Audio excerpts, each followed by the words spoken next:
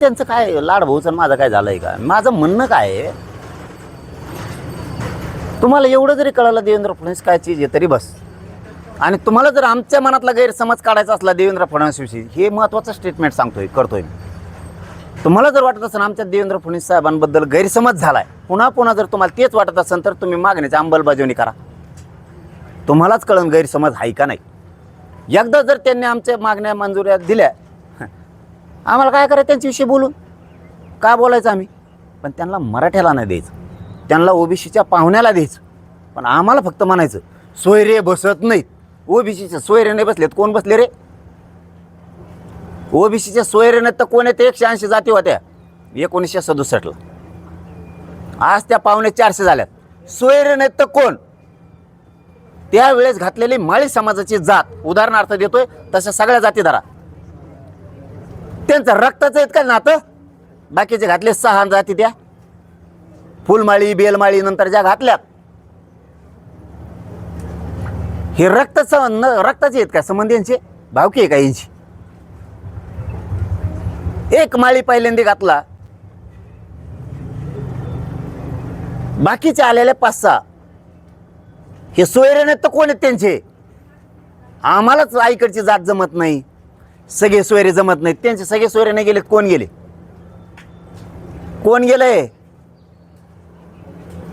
फक्त त्यांची पोटजात उपजात म्हणून घातलंय त्यांना आत. मग मराठीची पोटजात कोण बी होत नाही का? त्यांना जेव्हा रूल आहे तेव्हा आम्हाला कसं काय नाही? तुम्ही सगळे त्यांचे सोयरे घातले. मराठ्यांनो सावध व्हा, हे त्यांना आरक्षण खोटं दिलंय, बोगस, फक्त मतासाठी. मत यांचं सगळं आरक्षण खोटं आहे, सगळं उडत आहे ओबीसीचं. का सरकार उडवत नाही? मराठ्यांनी समजून घ्या. कारण यांना वाटतं ओबीसी मतदान करणार नाही म्हणून त्यांनी तसं टिकेलं, ते खोटं असू. आणि आपल्याला का भेट नाहीत? तर ओबीसी सारखं आपण त्यांना पाडीत नाहीत म्हणून तुमच्या लेकराचं कल्याण होईना. ते ओबीसीचं आरक्षण खोटं हे सरकारला माहिती, फक्त मत निवडणुकीत देतात म्हणून दिलंय, विरोधात जाणार नाहीत म्हणून दिलंय. आणि आपले मराठी आपण त्यांनी आपल्याला नाही देऊन बी त्यांनाच मतदान करतो म्हणून ते आपल्याला भ्याणार. त्यांना जर एकदा कळालं मराठ्यांचे मतं आपल्याला नाही, तुम्हाला सांगतो मराठ्याच्या मागं ते आरक्षणच नाही, काही घेऊन पळणार. खोटं आरक्षण, बोगस आरक्षण दिलं ओबीसीला सगळं. कारण पोट जाती उपजाती घालताच येत नाहीत. सोयरे कसं काय घातली? रक्ताचे आहेत का ते? आम्ही अरे एका गावात 8-9 एकत्र असलेले देण्यात पुतण्याला दिलंय आणि त्याच्या भावाला द्यायना बघा. आणि यांनी पोट जाती उपजाती म्हणून 1994ला सगळे पाहुणेच घातले त्यांची. आणि आम्हाला म्हणतात पाहुण्याला देता येत नाही, सगळ्या सोयऱ्याला देता येत नाही. आणि त्यांचे 180 ओरिजिनल जाती घातल्या होत्या, नंतर 450 घातल्या, सोयरेच घातले ना.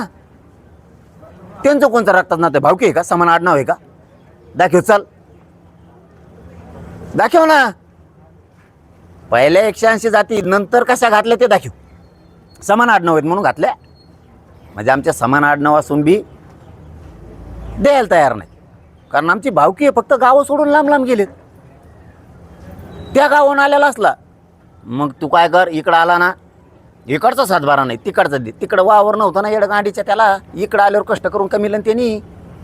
तुमच्या डोक्यात काय किडे पडलेत का? नोंद निघाली जन्म मृत्यूवर, फसलीवरती, एखाद्याचा रजिस्ट्रीला साक्षीदार झालाय म्हणून. नाही म्हणजे तुला नाही देता येत महसुली पुरावा दे. त्याला वावरत नाही, मजूर कसा देईन? त्यांनी पाप केलं, त्याच्या लेकर बाळाने अधिकारी होऊ नये, साहेब बनायचं नाही. नोंद सापडली त्याची, नाही म्हणतात महसुली दी. महसुला सापडलं. प्रवेश निर्गमवर आहे का?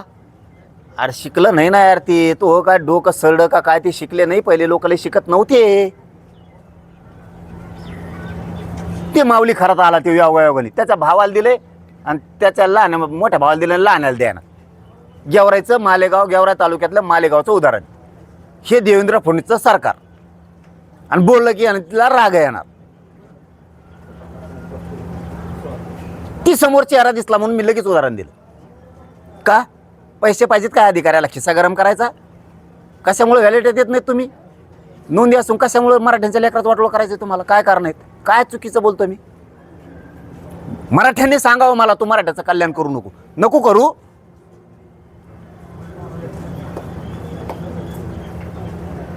मी प्रामाणिक आहे. काय माझी चूक आहे मी प्रामाणिक असणं? माझा विरोधातला विरोधक सुद्धा मला म्हणतो हो तो प्रामाणिक आहे, पण आमचं आणि त्याचं जमत नाही. मी माझ्या समाजासाठी प्रामाणिक काम करू नये, इमानदारीने मी करू नये, मी माझा जीव माझ्या समाजासाठी जाळू नये. मी जर त्या समाजात जन्मलो, त्या समाजासाठी मी वेदना सहन करायच्यात, मी जीवाचं रान करायचं आहे, मी जातीसाठी माझ्या झगडायचं आहे, झटायचं आहे आणि त्यांच्या लेकरा बाळाचं आयुष्याचं कल्याण करायचं आहे. ते काम मी इमानदारीनं करतो. सरकारला मी खपत नाही. इमानदारीनं करून मी माझ्या समाजाला मिळून देतो. मी करायचं नाही. मी माझ्या समाजाशी इमानदार राहतोय. मला नाही व्हायचं आमदार, खासदार, मंत्री. मला नाही पाहिजे पैसे. मला माझ्या समाजाचे लेकरं सुखी समाधानी जगलेले पाहिजेत. ते साहेब झालेले मला बघायचे. म्हणून मी कठोर निर्णय घेतो. होय, हे निर्णय मी घेतलाय. माझ्या समाजाला खूप वाईट वाटणार आहे, मलाही माहिती. इथं सावलीत बसून उपोषण करायला सुद्धा समाजाचा विरोध असतो. तर आता या रखरखत्या कडक उन्हाळ्यात मे महिन्याच्या माझा समाज झोपणार नाही हे मला माहिती. त्याच्या पोटात तुटणार आहे आता. कारण उन्हातल्या वेदना आपण साधं नुसतं राऊंड जरी मारून आलो तर पाक्क घामाने भिजतो आपण. रखरखत्या कडक उन्हात किती जीवाच्या लाई होणार आहे, किती तरपड मरपड होणार आहे हे माझ्या समाजाला सुद्धा त्या वेदना कळतायत. त्यांना त्या लक्षात यायला लागल्यात. येणार सुद्धा आहेत की आता हे खूप वाईट निर्णय घेतलाय, पण मला सरकारसाठी हे करावं लागतंय. माझ्या समाजाच्या लेकरा बाळाच्या कल्याणासाठी मला हा निर्णय घ्यावा लागतो. तो मी घेतलाय. आता मी मागे सरकत नाही.